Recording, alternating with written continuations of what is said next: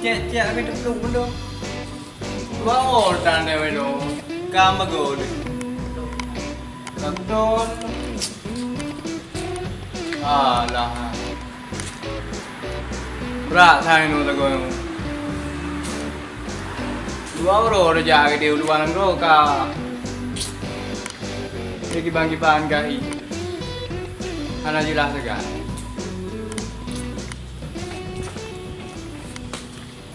Dia suka makmu nama masjid dia ada tukar nak dijempala takalan anak darah leweng yang cukup bentuk-bentuk kiban tacok jelami hana.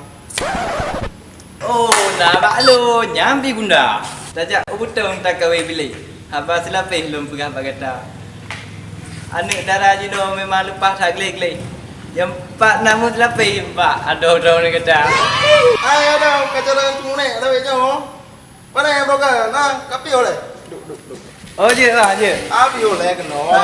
Pajangan tam rupa ada yang kata kacaran cumune sang jino. Ana dari Pak kerja di le cara cumune cerita dong lagi hana sopan santun taga. ke ide Malaya orang ke apa?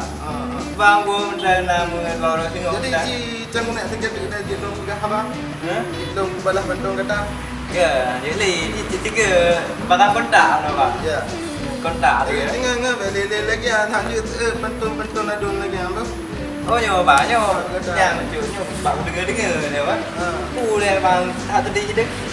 Abang tengok galau ni. Anak empat kakak lo mak. Kakak dia macam di Malaya dia. Malaya ni. Ni di Malaya go. Lah macam di Gemo. Tadi guna karu baju kan. Jadi Galau pusing kepala. nak pergi berpi mana? Nak main dia bang kenteng lagi. Kenteng lagi apa ni nak bebel Ke abang udah apa yang sang biju je nak kata apa biju lah. Oh. Cici bela apa ni? Nyo.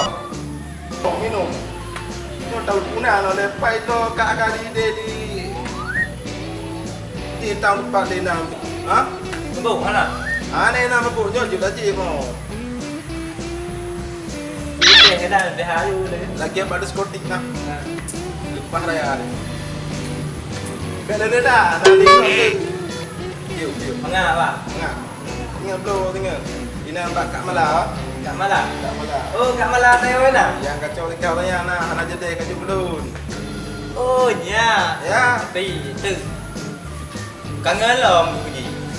Oh, panen nah. Lagi nah. Ini nama kamu jalan tu nak. Ke aku dengar bang pedong tu. Dia pada kau tengah bentong tak kenal kan tu. Kan dia dia. Fikir abang dengan kalau Mana apa dengan hayal masa depan. Yang beneran lah. Kajak je boleh. Abang kan dengan galau. Kan? Apa juga kuenya kajak ke kak ada ke di rumah tu. Oh, jom deh. Cici nama dia. Oh, jom. Assalamualaikum. Waalaikumsalam. Bekerja perjalanan. Baik lagi yang buah tu kita. Oh, baik kacau lagi.